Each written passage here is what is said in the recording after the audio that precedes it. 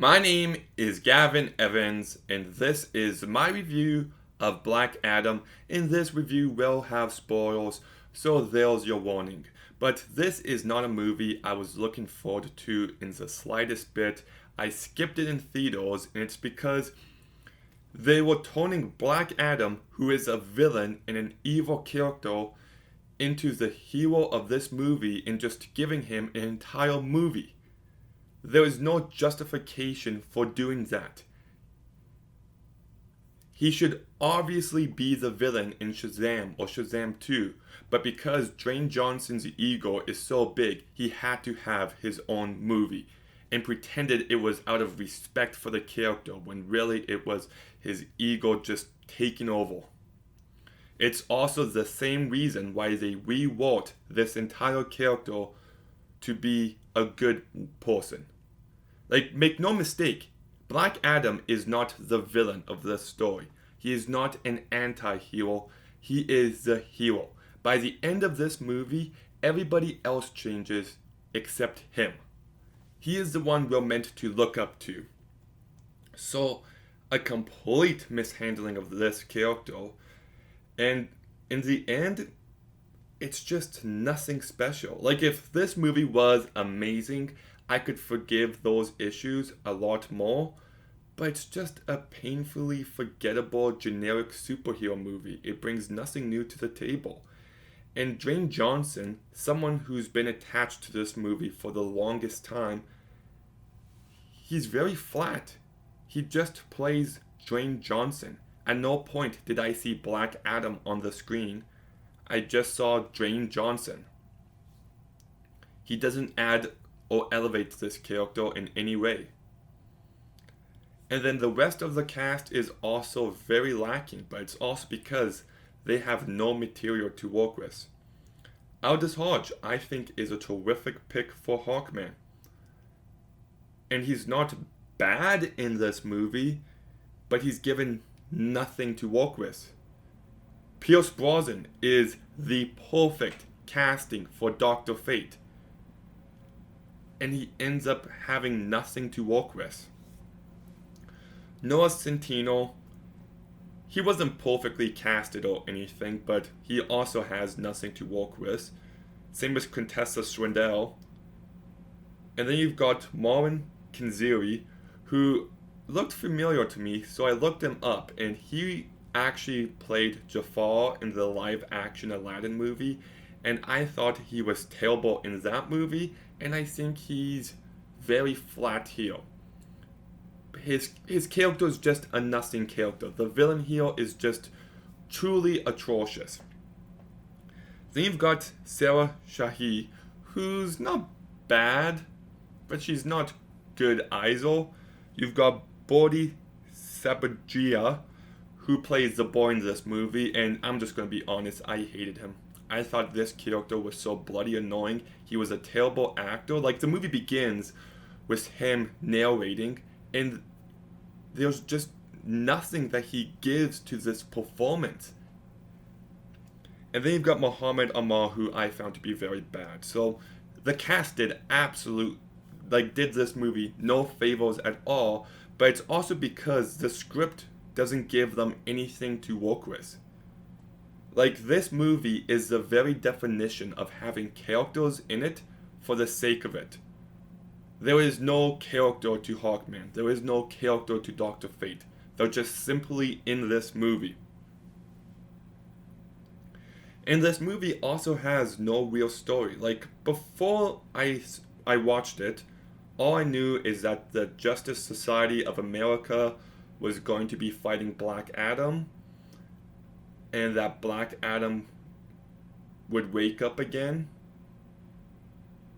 And after watching this movie, there's one other minor plot that I didn't know about, but I feel like after watching this movie, I don't know more about it than I did beforehand, because just nothing important happens. Things just happen for the sake of it. Why is the Justice Society of America fighting Black Adam? Because. Like, why not?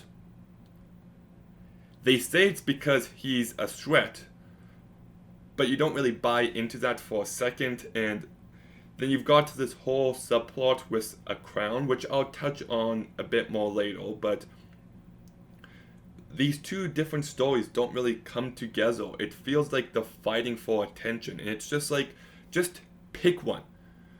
You know, in some ways, I feel like Black Adam could have been written out of this movie, and it could have been Justice Society of America against this person who's after this evil artifact.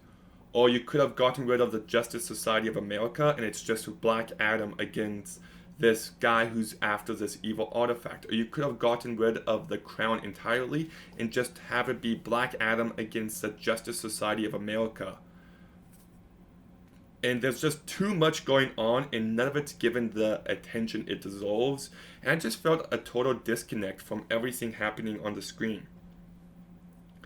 There's also this subplot of Dr. Fate predicting that someone is going to die, and it just felt like a trope that was there for the sake of it. It didn't add anything to this movie. There's an exposition dump at the start, and when I say an exposition dump, I mean an exposition dump. Like, it just, so much information right from the get-go, and then they go back to that same story time and time again and reveal new information about it. And I get what they're going for. How people go down in history, how people go down as legends, and the real story behind them. I get all that, but it's just handled in such shit manner. And then this movie has humor, and look, I'm just tired of every movie having humor. It was not needed here. There was a running joke of the boy teaching Black Adam how to have his own catchphrase, and I'm like, did we not just see this a few months ago with Thor: Love and Thunder? I didn't like it in that movie, and I don't like it here either. Even if the payoff here is less cringy, I'm tired of this catchphrase joke.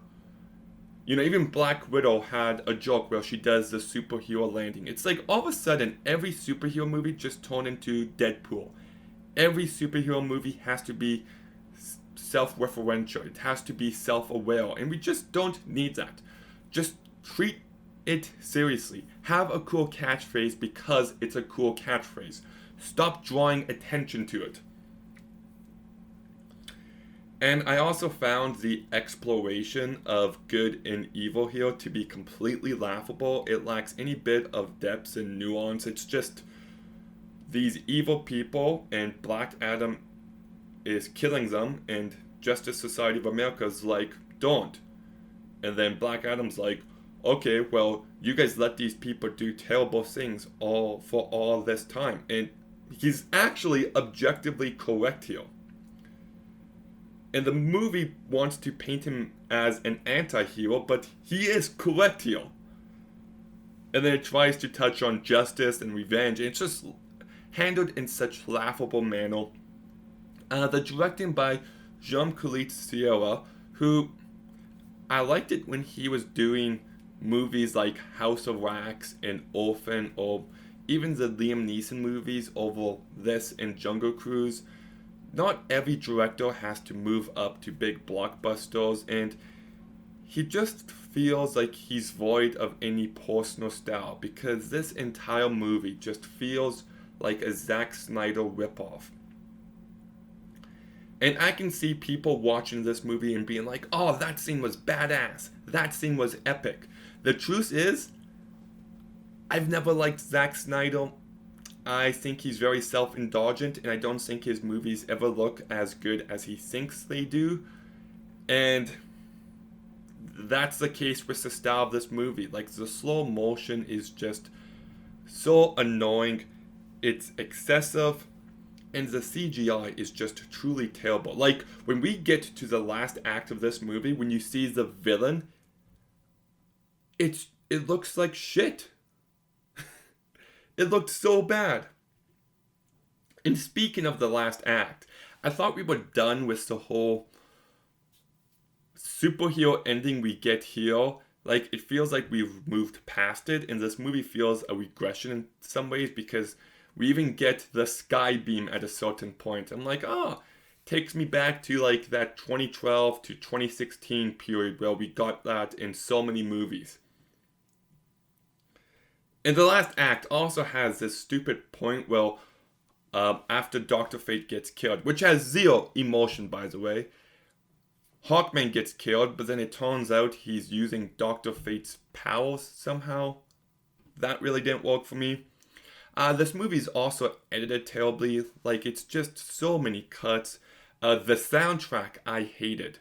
The song choices were just so obvious and just didn't fit this movie.